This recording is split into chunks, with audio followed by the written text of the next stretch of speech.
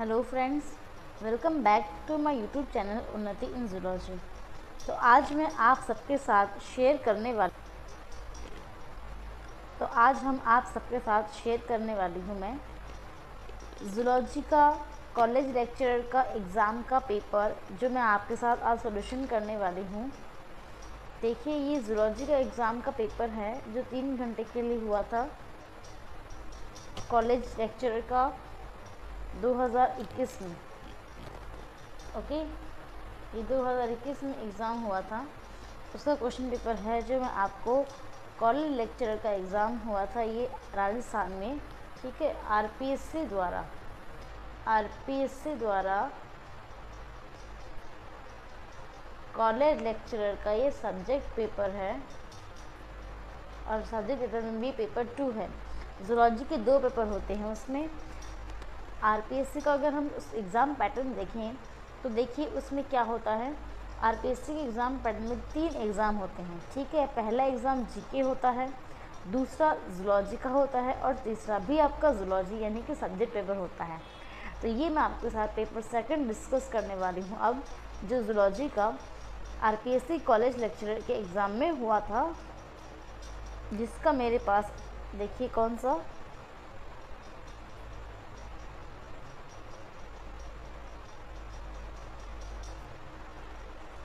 तो आइए डिस्कस करते हैं इस पेपर को और इसके आंसर्स को देखते हैं। Very important exam, very important questions हैं, क्योंकि यही क्वेश्चंस आपको कहीं ना कहीं किसी और एग्ज़ाम में रिपीट होते हुए मिल ही जाएंगे।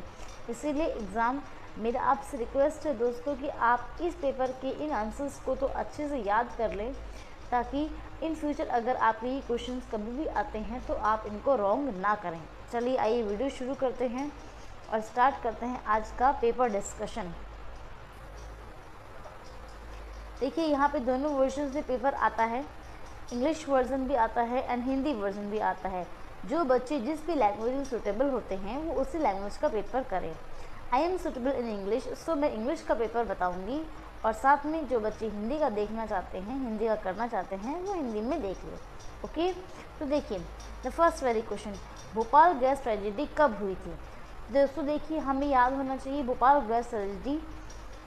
क्वेश्चन में तो यही पूछा है कि लीकेज किसका हुआ था, लेकिन अगर आपको क्वेश्चन भोपाल गैस ट्रेजेडी का दिया है तो आपको याद रखना है या ध्यान रखना है कि आपको इस टॉपिक के बारे में, भोपाल गैस ट्रेजेडी के बारे में सब कुछ पता हो। तो यहाँ पे देखिए, methyl isocyanide gas MIC full form होती है methyl isocyanide. MIC gas release हुई थी, इसके लीकेज की वजह से, ये एक पॉइजनस गैस थी और इस गैस की लीकेज की वजह से 3 दिसंबर 1982 को भोपाल में बहुत बड़ा एक ट्रेजेडी हुआ था, जिसमें बहुत सारे लोगों की जान गई थी और बहुत सारे लोग पॉइजन इफेक्ट से इतने ज़्यादा पीड़ित हो गए थे कि अब तक वहाँ की जनरेशन्स में ये जो गैस का इफेक्ट है वो दिखने को मिलता है, ठीक है। तो भोपाल गैस ट्रेजेडी किसकी वजह से हुई थी? मिथाइल आइसोसाइनेट की वजह से हुई थी। कब हुई थी? 3 दिसंबर 1982 को हुई थी, okay. Next question, mini mother disease is caused by pollution of water. तो ये भी फर्स्ट क्वेश्चन यहाँ पे बनता है। देखो, पॉल्यूशन वाटर से कौन सा डिजीज़ होते हैं? तो मिनी मदर डिजीज़। तो आपको याद रखना है मिनी मदर डिजीज़ किससे होता है? वाटर पोल्यूशन से होता है। किस एलिमेंट या फिर किस केमिकल की वजह से होता है? दैट इज़ मरकरी, ठीक है। मरकरी का जो कंसंट्रेशन है वो हमारी बॉडी में बढ़ जाता है और बॉडी के अंदर एक डिजीज़ आता है जिसका नाम है मिनी मदर डिजीज़। ये जो मरकरी का कंसंट्रेशन हमारी बॉडी में बढ़ता है और रह जाता है, इस चीज़ को हम कहते हैं बायोलॉजिकल मैग्नीफिकेशन। क्या कहते हैं? Biological magnification. तो आप लोगों को पता होना चाहिए कि व्हाट इज़ बायोलॉजिकल मैग्नीफिकेशन, यानी कि जब किसी भी केमिकल का, किसी भी न्यूट्रिएंट का या फिर किसी भी अनवांटेड थिंग का जो कंसंट्रेशन है वो हमारी बॉडी में या किसी भी बॉडी में बढ़ता रहे, next level to level, one trophic level to other trophic level, जब किसी भी केमिकल कंपाउंड का रेशियो जो है वो बढ़ता रहता है, तो इस इफेक्ट हम क्या कहते हैं? बायोलॉजिकल मैग्नीफिकेशन कहते हैं, ठीक है, and this is not a good thing. इस बायोलॉजिकल मैग्नीफिकेशन की वजह से बहुत सारे बैड इफेक्ट्स देखने को मिलते हैं। उसी में से एक है आपका मिनी मटर डिजीज़, जो मरकरी के बायोलॉजिकल मैग्नीफिकेशन की वजह से होता है। नेक्स्ट क्वेश्चन देखिए, species that cause by geographic isolation are known as. ऐसी स्पीसीज जो ज्योग्राफिकल आइसोलेशन से बनती हैं उन्हें क्या कहते हैं? तो देखिए, ज्योग्राफिकल आइसोलेशन से बनने वाली स्पीसीज को एलोपैट्रिक स्पेसिएशन में आती हैं और एलोपैट्रिक स्पीसीज कहलाती हैं, क्योंकि अलग अलग हो जाती हैं वो। देखो, ज्योग्राफिकल आइसोलेशन यानी कि ज्योग्राफी अलग हो गई, कुछ की ज्योग्राफी ये थी, कुछ की ज्योग्राफी ये थी, यानी कि कुछ यहाँ रहते थे और कुछ यहाँ रहते थे। तो ज्योग्राफिकल आइसोलेशन जब हो जाता है तो इसे हम एलोपैट्रिक स्पेसिएशन कहते हैं, एंड स्पीसीज जो बनती हैं उन्हें हम एलोपैट्रिक स्पीसीज कहते हैं। Okay, next question, bottom dwelling animals are known as. Bottom dwelling animals को क्या कहते हैं? बॉटम ड्वेलिंग कौन से होते हैं? समुद्र के अंदर जो नीचे ही निचले स्तर पे रहते हैं उन्हें हम बॉटम ड्वेलिंग एनिमल्स कहते हैं। तो वो कौन से होते हैं? तो वो बेंथोस होते हैं। ठीक है, बॉटम ड्वेलिंग एनिमल्स को बेंथोस कहते हैं। देखिए, यहाँ पे आप जब एग्ज़ाम में क्वेश्चन करते हैं तो आप ध्यान दीजिएगा अदर ऑप्शंस पर भी कि अदर ऑप्शंस क्या कह रहे हैं, और अगर आपको नहीं आते हैं एग्ज़ाम में अदर ऑप्शंस तो आप उन अदर ऑप्शंस को भी याद करें, उन अदर ऑप्शंस के साथ भी चल के चलें। जैसे देखिए, अर्बोरियल का मतलब होता है हवा में रहने वाले, गिगैंटिक मतलब बहुत बड़े वाले। ठीक है, बॉटम फिलोपैट्रिक मतलब नीचे ही रहने वाले, लेकिन हमें बॉटम ड्वेलिंग पूछा है। ये फिलोपैट्रिक तो एक जगह अटैच होते हैं, ड्वेलिंग मतलब जो यहाँ वहाँ चलते फिरते हैं, रहते हैं, वो आपके होते हैं benthos. Okay, next question, the area where two ecosystems meet and blend each other. एक ऐसी जगह जहाँ पे एक इकोसिस्टम यहाँ से और एक इकोसिस्टम यहाँ से आते हैं, यानी कि दो इकोसिस्टम, यहाँ का इकोसिस्टम और यहाँ का इकोसिस्टम मिलते हैं, दोनों जहाँ मीटअप करते हैं, दोनों इकोसिस्टम्स जहाँ कंबाइंड रूप में रहते हैं, उस स्पेस को क्या कहते हैं? That is known as ecotone. क्या कहते हैं इसे? इकोटोन कहते हैं। तो ये आपको याद रखना है कि इकोटोन क्या होता है? जहाँ पे दो इकोसिस्टम्स मीट करते हैं और ब्लेंड करते हैं उसे हम इकोटोन कहते हैं। नेक्स्ट देखिए, all living organisms of earth constitute. सारे के सारे लिविंग ऑर्गेनिजम्स जो हैं अर्थ के अंदर वो क्या बनाते हैं? तो देखिए, वो बनाते हैं बायोस्फीयर। ठीक है, क्योंकि लिविंग ऑर्गेनिजम्स की बात की है, सारे लिविंग ऑर्गेनिजम्स पूछा है, तो सभी लिविंग ऑर्गेनिजम्स मिलकर बायोस्फीयर ऑफ द अर्थ बनाते हैं। ठीक है, चलिए मूव ऑन करते हैं अपने नेक्स्ट क्वेश्चन पर। देखिए, next question, which of the following are enzymes. इनमें से एंजाइम्स कौन से हैं? तो देखिए, गैस्ट्रीन, लाइपेज एंड ट्रिप्सिन। ठीक है, यहाँ पर हमारे को गैस्ट्रीन एक एंजाइम नहीं होता। इसके बाद देखिए, रेनिन, ट्रिप्सिन एंड एमाइलोपेप्सिन, तो यहाँ पर रेनिन नहीं होता। नेक्स्ट, एंट्रोकाइनेज, लाइपेज एंड ट्रिप्सिन, यहाँ पर भी ये नहीं होता है। ठीक है, नेक्स्ट देखिए, पेप्सिन, लाइपेज एंड ट्रिप्सिन, तो ये जो हैं ये तीनों कॉम्बिनेशन क्या है? आपके एंजाइम्स की कॉम्बिनेशन है। उसके बाद देखिए, next question, which one of them is a Nobel prize winner in the field of enzyme discovery. Enzymes की डिस्कवरी के बारे में किसको नोबेल प्राइज़ मिला हुआ है? तो वो है आपके बचनर।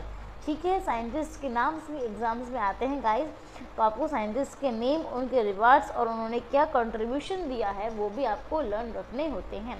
जैसे कि एंजाइम्स को डिस्कवरी करने के लिए कौन से साइंटिस्ट को नोबेल प्राइज़ मिला हुआ है? तो वो हैं अपने बचनर। Okay, next, which one of the following vein has minimum amount of urea. इन सारी वेन्स के अंदर मिनिमम अमाउंट ऑफ यूरिया किस में होता है, यानी कि कम से कम सबसे कम मात्रा में यूरिया किस में पाया जाता है? तो दोस्तों वो आपका आंसर होगा रीनल वेन। रीनल वेन के अंदर सबसे कम अमाउंट में यूरिया होता है हमारी बॉडी के अंदर।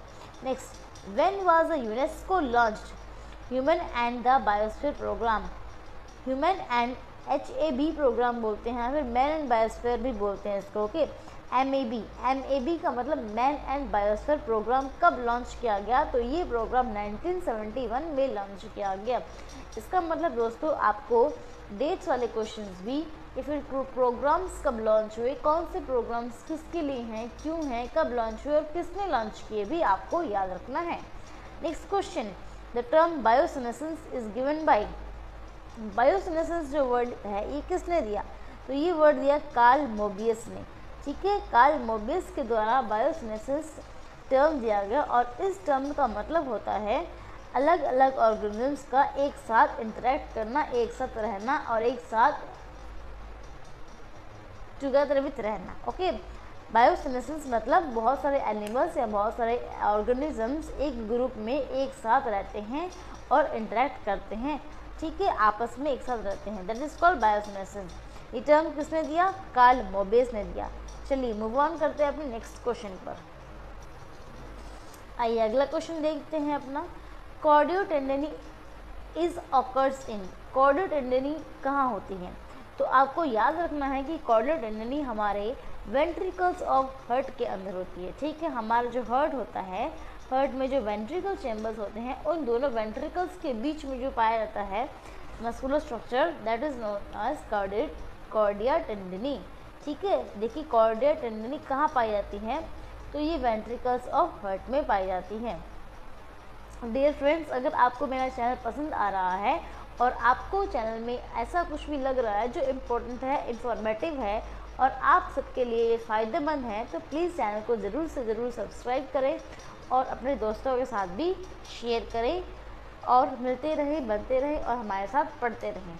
ऐसे ही अलग अलग वेरियस एग्जाम्स की तैयारी हम करते हैं। नेक्स्ट क्वेश्चन देखिए, trilobed valve occurs between right atrium and ventricles in mammalian heart. Trilobed valve कहाँ होता है, क्वेश्चन सीधा सा पूछा है। ट्राइलोब्ड वाल्व कहाँ होता है हमें बताया गया है और हमें पूछा है कि ट्राइलोब्ड वाल्व का अदर नेम क्या है।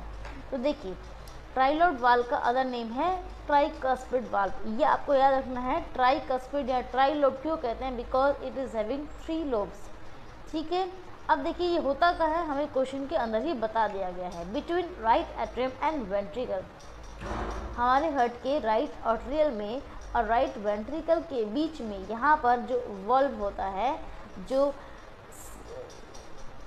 वाल्व इस यहाँ से हार्ट से ब्लड की पैसेज को कंट्रोल करता है, that is known as tricuspid valve और ट्राइलोब्ड वाल्व। अब आपको यहाँ पे एक और क्वेश्चन ध्यान रखना है कि left auricle and left ventricle के बीच में कौन सा वाल्व होता है, तो आपको ध्यान रखना इधर साइड में बाइकस्पिड वाल्व होता है। ओके, लेफ्ट साइड में होता है tricuspid valve and right side में होता है, राइट साइड में होता है tricuspid valve and left side में होता है bicuspid valve. Tricuspid valve is having 3 lobes and bicuspid valve is having 2 lobes. तो right atrium and right ventricle के बीच में ट्राइलोब्ड वाल्व होता है and left auricle and left ventricle के बीच में बाइकस्पिड वाल्व होता है। नेक्स्ट क्वेश्चन देखिए, the part of neurons that perform basic cellular function such as protein synthesis are the, neuron का कौन सा पार्ट या फिर न्यूरॉन के अंदर कौन सी स्ट्रक्चर ऐसी है जो क्या करती है, प्रोटीन का सिंथेसिस करती है, तो दैट इज सोमास। सोमास आपको पता होंगे कौन सा पार्ट होता है, जो उसके अंदर लिक्विड फ्लूइड होता है। ठीक है, सेल बॉडी होती है, सेल बॉडी, फिर डेंड्राइट और फिर एक्सोन। अगर आपको न्यूरॉन का स्ट्रक्चर आपके माइंड में याद आ रहा है तो पहले सेल बॉडी होती है, फिर एक्सोन एंड देन डेंड्राइट। तो सोमास अपने होते हैं जहाँ पे अपना क्या होता है, बेसिक सेलुलर फंक्शन होता है प्रोटीन बनाने का। Next question, ratio of leucocytes and red blood cells in human blood is, leucocytes और आरबीसी का रेशियो क्या होता है। व्हाट इज ल्यूकोसाइट्स, ल्यूकोसाइट्स हम कहते हैं डब्ल्यूबीसी को। ओके, डब्ल्यूबीसी के ही सम पार्ट्स हैं ग्रेनुलोसाइट्स एंड अग्रेनुलोसाइट्स, उसमें हुए ल्यूकोसाइट्स होते हैं। तो these are a part of leucocyte WBC.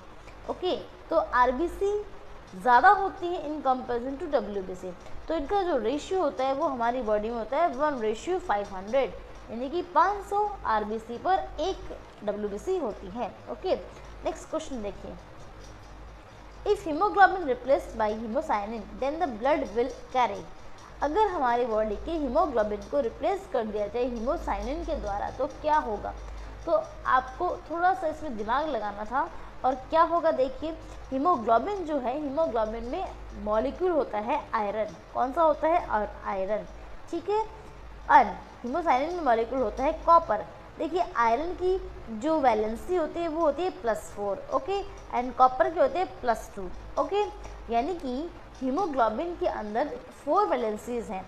Haemoglobin 4 valencies रखता है और एक साथ 4 मॉलिक्यूल्स को कैरी कर सकता है, चला सकता है, अपने साथ रखता है। लेकिन हीमोसाइनिन के अंदर ओनली 2 वैलेंसी होती है और ये एक साथ 2 ऑक्सीजन की मॉलिक्यूल्स को ही लेके जा सकता है।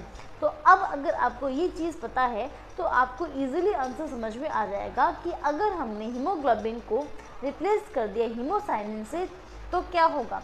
तो देखिए, अगर हीमोग्लोबिन 4 मॉलिक्यूल्स को लेके जा रहा था और हीमोसाइनिन 2 मॉलिक्यूल्स को लेके जा रहा था और हमने हीमोग्लोबिन की जगह हीमोसाइनिन कर दिया तो क्या होगा, तो लेस ऑक्सीजन होगा। ठीक है, अमाउंट ऑफ ऑक्सीजन कम जाएगा क्योंकि हीमोग्लोबिन 4 को लेके जाता है एंड हीमोसाइनिन ओनली 2 मॉलिक्यूल्स को लेके जाता है, इसीलिए लेस ऑक्सीजन हो जाएगा। आई होप आपको समझ में आया होगा। चलिए मूव ऑन करते हैं नेक्स्ट क्वेश्चन पर। देखिए next question, nocturnal animals have. Nocturnal animals कौन से होते हैं, जो रात में चलते हैं या रात में अपना काम करते हैं। ओके, तो जैसे रात्रिचर एनिमल्स जिन्हें हम कहते हैं। तो नॉक्टर्नल एनिमल्स में क्या होता है, ऐसा क्या होता है कि उनके अंदर नाइट विजन होता है ना कि डे विजन होता है। जैसे हमारे अंदर डे विजन होता है, नाइट विजन कम होता है। आउल है जैसे एग्जाम्पल, तो आउल को दिन में नहीं दिखता, रात में दिखता है। तो ऐसा क्या है, तो उनकी रोड सेल्स मोर होती हैं। ठीक है, रोड सेल्स जो रंग दिखाने का काम करती हैं, सेंसिटिव सेल्स होती हैं, वो इनके अंदर ज़्यादा होती हैं। ओके, इसीलिए नॉक्टर्नल एनिमल्स के अंदर नाइट विजन होता है क्योंकि उनके अंदर रोड सेल्स ज़्यादा होती हैं। ओके, नेक्स्ट क्वेश्चन देखिए, hearing is better in rabbit than frog due to. Rabbit के अंदर सुनने की क्षमता अच्छी है फ्रॉग से, क्यों। वेरी इजी और वेरी सिंपल क्वेश्चन आया है, सिर्फ जस्ट आपको थोड़ा सा अपना माइंड यूज़ करना था कि कैसे रैबिट के अंदर हियरिंग अच्छी होती है एक फ्रॉग के कंपैरिजन में। तो अगर आप रैबिट को और फ्रॉग को साथ में रखकर कंपेयर करेंगे तो भी आपको समझ में आ जाएगा कि रैबिट के पास एक्सटर्नल पीना है और फ्रॉग के पास वो नहीं है। And as you all know, external pinna क्या करता है, वाइब्रेशंस ऑफ साउंड को कैच करता है और उन्हें इकट्ठा करके कलेक्ट करके ब्रेन में हियरिंग पावर को इंक्रीज करता है। So the answer is movable पिना। ठीक है, मूवेबल पिना होने की वजह से रैबिट के अंदर हियरिंग बेटर है in comparison to frog. Next question, Philadelphia chromosome is found in the patient suffering from. Philadelphia chromosome किन पेशेंट्स में होता है। Philadelphia chromosomes are abnormal chromosomes. ये क्या होते हैं, एब्नॉर्मल क्रोमोसोम्स होते हैं जो उन पेशेंट्स में पाया जाता है जिनके अंदर ल्यूकेमिया होता है। ठीक है, leukaemia is a type of cancer. तो ल्यूकेमिया क्या है, कैंसर है। फिलाडेल्फिया क्रोमोसोम्स इन पेशेंट्स के अंदर पाया जाता है और ये क्यों होता है, यहाँ पे जीन ट्रांसलोकेशन हो जाता है, यानी कि क्रोमोसोम के ऊपर से एक जीन शिफ्ट होकर उसी क्रोमोसोम के किसी अदर पार्ट पे आ जाता है। तो जीन ट्रांसलोकेशन की वजह से एक बीमारी होती है जिसका नाम है क्रॉनिक माइलिन ल्यूकेमिया या फिर जिसे हम ल्यूकेमिया भी कहते हैं। और ऐसा क्रोमोसोम जिसके अंदर ये जो जीन्स ट्रांसलोकेशन हुआ है, ऐसा क्रोमोसोम कहलाता है फिलाडेल्फिया क्रोमोसोम। और जिनके अंदर ये फिलाडेल्फिया क्रोमोसोम पाया जाता है, ऐसे पेशेंट्स ल्यूकेमिया से ग्रसित होते हैं, ल्यूकेमिया रोग से पीड़ित होते हैं। ओके, नेक्स्ट क्वेश्चन देखिए, mitotic apparatus consisting of. Mitotic apparatus में क्या होता है, तो देखिए माइटोटिक अपैरेटस होता क्या है और कहाँ होता है। माइटोटिक अपैरेटस, जब हम सेल डिवीजन पढ़ रहे होते हैं, सेल डिवीजन में one cell to other cell जब बन रही होती हैं तो उस दौरान जो माइटोसिस करने वाले एरिया है उसे हम माइटोटिक अपैरेटस कहते हैं। ठीक है, देखिए इसमें क्या क्या होता है, स्पिंडल फाइबर्स भी होते हैं, इसमें एस्ट्रल रेज भी होते हैं एंड इसमें सेंट्रियोल भी होता है। ओके, तो यानी कि इसका आंसर हमारा आएगा ऑल ऑफ दिस, क्योंकि माइटोटिक अपैरेटस में स्पिंडल फाइबर्स भी होते हैं, बिकॉज स्पिंडल फाइबर्स ही तो क्रोमोसोम्स को सेपरेट होने के लिए जगह देंगे। एस्ट्रल रेज जो क्रोमोसोम्स जो इधर उधर बिखरे हुए उनको पकड़ने का काम करते हैं, एंड सेंट्रियोल जो एस्ट्रल रेज को स्पिंडल फाइबर्स को निकालते हैं। ठीक है, next is Meissner's corpuscles are found in. Meissner's corpuscles कहाँ होते हैं, तो देखिए मिसनस कॉर्पस्कल्स होते हैं स्किन में। ठीक है, ये आपको याद रखना है, बिजनेस कॉर्पस्कल्स होते हैं स्किन के अंदर? The answer is skin. Next question, Jacobson's organ in amphibia is known as? Amphibians के अंदर एक पाया जाता है ऑर्गन जिसका नाम है जैकॉब्सन्स ऑर्गन। मोस्टली हम किसकी बात कर रहे हैं? स्पेशली हम बात कर रहे हैं स्नेक ऑर्गन, स्नेक की। तो स्नेक में जो जैकॉब्सन ऑर्गन पाया जाता है ये कहाँ पाया जाता है या फिर क्या होता है ये? तो ये इसका वेमरोल नेसल ऑर्गन होता है। एंड आपको याद होगा स्नेक का जैकॉब्सन ऑर्गन ही है वो ऑर्गन जो स्नेक को बाइटिंग के लिए हेल्प करता है, जिसमें स्नेक का पॉइजन बनता है। तो ये इसका वेमरोल नेसल ऑर्गन होता है। ठीक है, तो दोस्तों आज हमने 22 क्वेश्चंस कर लिए हैं। अगले क्वेश्चंस जो इसके आगे के और क्वेश्चंस हैं, ठीक है, आगे के जो और क्वेश्चंस हैं वो मैं आपको नेक्स्ट वीडियो में कराऊंगी, क्योंकि वीडियो लंबा हो जाएगा और आप देख नहीं पाएंगे एंड अपलोड में प्रॉब्लम्स आती हैं। सो आई होप आपको आज के 22 क्वेश्चन समझ में आए होंगे। आई विल रिक्वेस्ट यू कि आप ये 22 क्वेश्चंस के आंसर्स नोट डाउन कर ले और इनको अच्छे से मेमोराइज कर ले, ताकि ये क्वेश्चन जब इन फ्यूचर में आए तो आप इन क्वेश्चन से घबराए नहीं और आपको ये क्वेश्चन कभी भी नए नहीं लगे। ठीक है दोस्तों, आई होप आपको आज का वीडियो समझ में आया होगा। थैंक यू सो मच देखने के लिए वीडियो। अपने दोस्तों के साथ और जो भी बच्चे जो भी स्टूडेंट्स आरपीएससी की तैयारी कर रहे हैं, फर्स्ट ग्रेड की, सेकंड ग्रेड की या फिर कॉलेज लेक्चरर की, उनके साथ भी ये वीडियो ज़रूर शेयर करें ताकि वो भी ये क्वेश्चन पेपर का सॉल्यूशन कर सकें और वीडियो का लाभ उठा सकें। कर भला तो हो भला, यही सोच रखें अपने मन में और वीडियो को ज़्यादा से ज़्यादा शेयर करें अपने दोस्तों के साथ। Thank you so much video में बने रहने के लिए। चैनल को सब्सक्राइब कर दें नए हैं तो। मिलते हैं अगले वीडियो में इसके नेक्स्ट पार्ट के लिए। Thank you so much guys.